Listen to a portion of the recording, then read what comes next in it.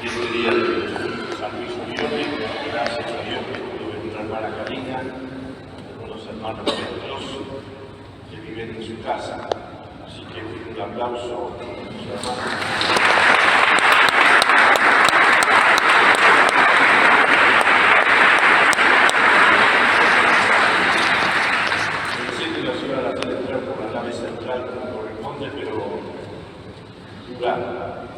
La próxima vez podemos entrar con la nave central. Felicidades entonces en este día que precede a la solemnidad de la ascensión del Señor. Desde entonces, los apóstoles miramos al cielo, no en un sentido material, sino que nuestro corazón se rienda para llegar en lugar de glorificar a Jesús. La historia de la salvación en el Antiguo Testamento prepara la primera venida del Señor. Y la historia de la Iglesia, que somos nosotros, prepara la segunda y definitiva venida del Señor. Dice el libro del Génesis, el principio creó Dios el cielo y la tierra. Cuando termina la obra creadora, Dios se complace en lo que ha salido de sus manos y de su corazón, y dice, Dios, que todo queda muy bueno. Somos nosotros los que empezamos a separar lo que nos gusta de lo que nos gusta, no me refiero al pecado, sino a la obra creadora de Dios, y empezamos a separar y a hacer de las explicaciones más dignas de la tabla de Mendeleev, de los elementos químicos, cuadriculadas, cada uno en su lugar. Pero vio Dios que todo era muy bueno. Incluso poco después del pecado original, leemos ese versículo que es como una semilla que germinará en el seno de María, el linaje de la mujer que aplastará la cabeza, y tú le acecharás el talón, llamado el protoevangelio. El primer anuncio del evangelio ya lo tenemos en el Génesis. Cuando termina el libro del Apocalipsis, leemos, sí, volveré pronto, amén. Ven, Señor Jesús, que la gracia del Señor Jesús permanezca con todos ustedes, amén. Se pide la llegada de aquel que ha de venir. Maranatá significa ven, Señor, como decía el Papa Benedicto XVI, también Maranatá significa el Señor viene, la llegada, pedir que venga y anunciar su llegada. Y poco antes hay otra frase que nos ayuda a ver toda la Biblia.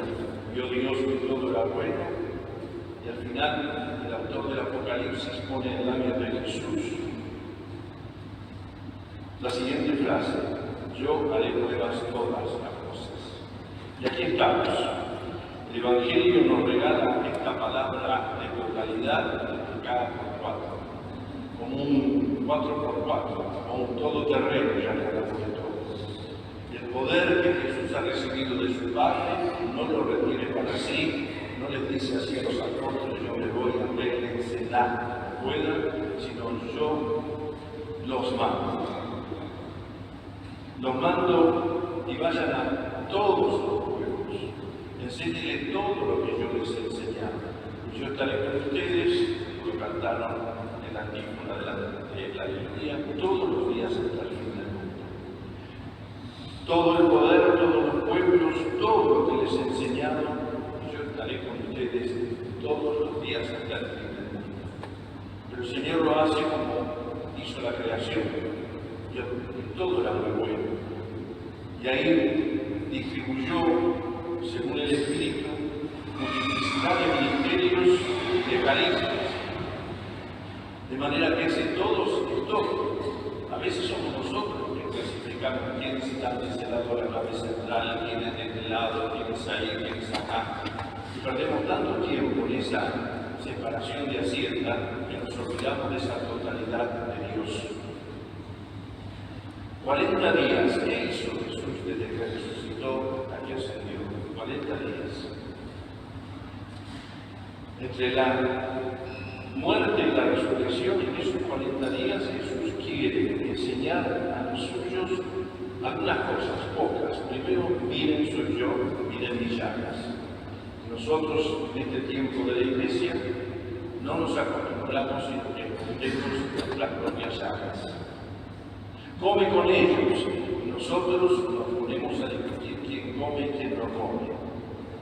Les explica las Escrituras y nosotros nos ponemos a discernir quién merece y quién no merece ser catequizado o no catequizado. Y les promete el Espíritu Santo y nosotros prometemos tiempos y cosas para saber si puedes acceder o no. Hay algo que no va. Pero Jesús en este tiempo, desde la Pascua hasta su ascensión, quiere hacer ver que es el mismo que está crucificado. La Iglesia nos enseña que de esta manera, con la resurrección, se rehabilita la persona de Jesús y la causa por la cual murió. Es verdad, era Hijo de Dios. Es verdad, es el Hijo de Dios. Es verdad, lo que decía era verdad. Y rehabilita por eso su causa. Dios, que aparentemente no estaba con él, estaba con él, está con él. Y en la ascensión de Jesús significa para nosotros un nuevo sábado santo.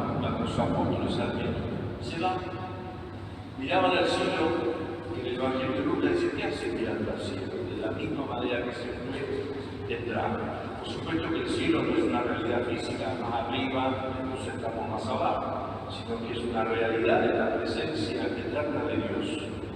Así como Moisés se quedó 40 días en el Sinaí, después de los 40 le dio la tabla y a los 10 días bajó por la ley y celebran los judíos la fiesta del Pentecostés, de las cosechas, de las semanas, de la siega, una fiesta enorme, la más grande quizá después de la Pascua. Aquí Jesús al revés, está 40 días con ellos y a los 40 días asciende, prometiendo la venida del Espíritu Santo. Asciende, pero no los dejaré solos. Los rabinos no podían ser tales sino después de 40 años, porque se consideraba que la madurez llegaba a los 40 años. Algunos pasamos, pero todavía no adquirimos la madurez.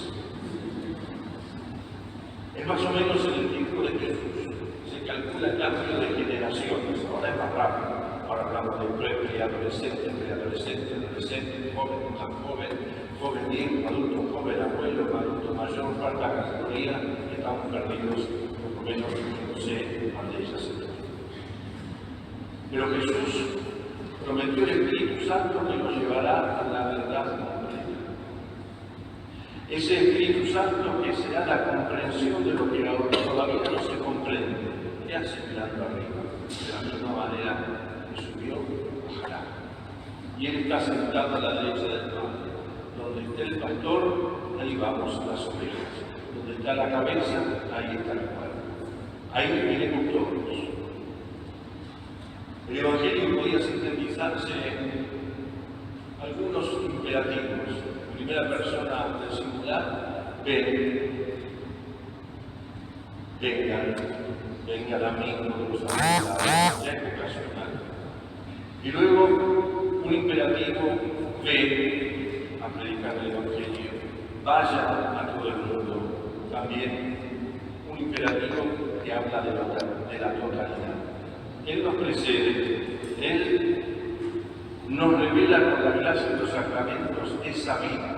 Somos todos un cuerpo. Jesús nos muestra un camino y el Evangelio no consiste en otra cosa que donar la vida, llevar la esperanza y estar cerca de los demás. El verdadero deseo nuestro es el cielo. ¿Qué vida? Allá vamos. La nube es signo del desconocido, de la presencia del Señor. Pero lo vamos conociendo aquí, porque 2 o 3 están reunidos en su nombre, ahí estoy yo. Porque el diácono saludó al Señor esté con ustedes, y ahí donde se lee la palabra del Señor, está el Señor. Y lo diremos al inicio de la plegaria eucarística, donde está el pan eucarístico, ahí está el Señor. Y lo diremos antes de la bendición: vaya, ve, y ahí está el Señor. Yo estaré con ustedes todos los días antes del fin del mundo. Hoy han hablado y he trabajado mucho en el tema sinodal. Sin embargo, algunos dudaban, dice el Evangelio. Aún hoy, algunos se preguntan qué es eso. Son algunos ministros nuestros, algunos servidores de la Eucaristía de nuestras iglesias dudan. ¿Qué es eso? Para paz, es una moda. No nos damos cuenta que habla de la misma esencia de la iglesia, porque la iglesia es un caminar juntos. Y eso es sinodal. No es una abracadabra, no es una moda, es la esencia misma de la iglesia. Y para aquellos que hablamos de más, lo digo en primera persona del plural, para que no piensen que hablo de ustedes contra nosotros, el documento que salió en el 2014 acerca del sentido común del Sensus Fidei de la fe era un documento trabajado 4 años antes del 2014, no sé si lo saben, no estaba en la conferencia. Solo tomó algo que ya estaba ordenado por la Comisión Teológica Internacional, en nombre de quién era que estaba antes, ese sí que sabía, era teólogo, Benedicto XVI. Y tomando esta idea que es tan vieja como la Iglesia, más de 2000 años, el sentido de la fe, el sentido común de la fe sobrenatural del pueblo de Dios, exigía investigar y estudiar esto de la sinodalidad, el documento La sinodalidad en la vida y la misión de la Iglesia, que es de 2018, fue empezado a trabajar en el 2014 y van emparentados como un bypass con el anterior. Si leen los documentos, se nos va yendo la opinionología de tantos ministros de la Iglesia, sacerdotes, diáconos, etc., que están esperando que pase esta moda, cuando en realidad es como si dijéramos, estamos esperando que pase la Iglesia, y la Iglesia no pasará nunca, porque la nuestra es la militante, y llegaremos a la felicidad de la Iglesia triunfante con Cristo, como quiso triunfar Cristo. Fíjense, me refiero a la mujer especialmente, acá es una mayoría aplastante, así que me conviene hablar bien. Acá está solo más, ahora. Cuando en 1970 Pablo VI declaró santa, doctora de la Iglesia, ya era santa, a Santa Teresa y a Santa Catalina de Siena, muchos miraron a la puerta. ¿A dónde vamos a ir a parar? Porque el doctor de la Iglesia era solo nosotros. Pero pocas mujeres, pocos hombres de la Iglesia decimos al momento de morir, muero hija de la Iglesia, como Santa Teresa, que era sospechada de todo. Y pocos o pocas le decían al Papa, sé viril, volver a Roma, como Catalina de Siena. Si yo le llego a decir hoy, sé viril a León XIV, al día siguiente de la anunciatura me llevo un telegrama para despedirme. Me parece bien, pero debería ser más dulce. Ella era dulce porque le decía al Papa, dulce Cristo en la tierra, sé viril, tenía que aprovechar y poner eso. Volver a Roma, porque ese es tu lugar. Y le escribe a Urbano, creo que era Urbano VIII, si puedo equivocarme en el número romano. Con mucho gusto arrancaría mi corazón y lo estrujaría sobre la cara de la Iglesia para limpiarla. En 1997, cuando Juan Pablo II declaró doctora de la Iglesia Santa Teresa del Niño Jesús, muchos, yo vivía en Roma, por eso digo muchos de ahí, dicen, ¿qué doctrina hay? Y es una de las doctoras más grandes de la Iglesia. ¿Y quién siguió? El caminito para llegar a Jesús. Ser un juguete en las manos de Jesús. Ni siquiera un ascensor, sino un pequeño ascensor para llegar a Dios. Y esa es la doctrina de la pequeñez. Y luego llegar a la de Grindel, etcétera, etcétera. Tenemos que ayudarnos a acercarnos a contemplar el misterio. Ese tiempo de cercanía de 40 días significó preparar a los apóstoles a la ausencia de Jesús, que en realidad es una presencia.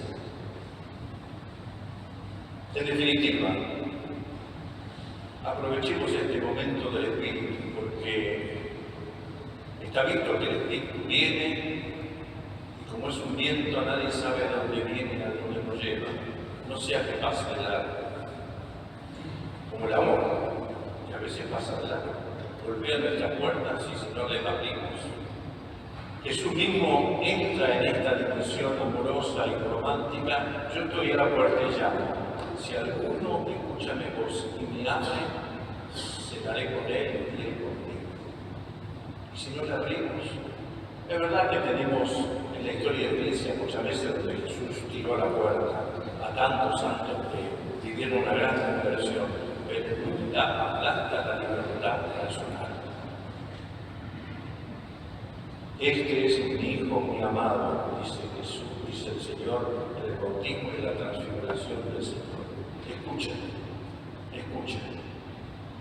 La alegría puedo anunciarles que el mismo día de junio, pero no me acuerdo en este momento qué fecha es, creo que el 14, va a ser instituida como lector en el electorado de la Iglesia, Ministerio Definitivo, Eclesial, Universal.